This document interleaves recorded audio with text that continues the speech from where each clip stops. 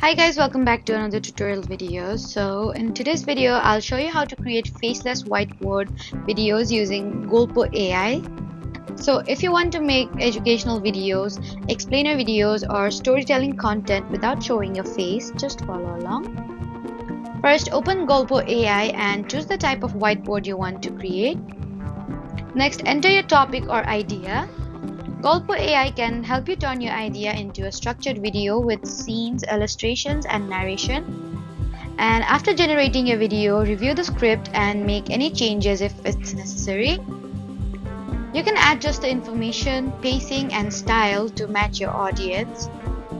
Next, you can try customizing the visuals. Choose the illustration and animation that make the explanation easier to understand. After that, add a voiceover or narration to bring your whiteboard video to life. And finally, export your video and upload it to platforms like YouTube. So that's how to create faceless whiteboard videos using Golpo AI step by step. Don't forget to like, comment, and subscribe for more helpful tutorials. Thank you for watching.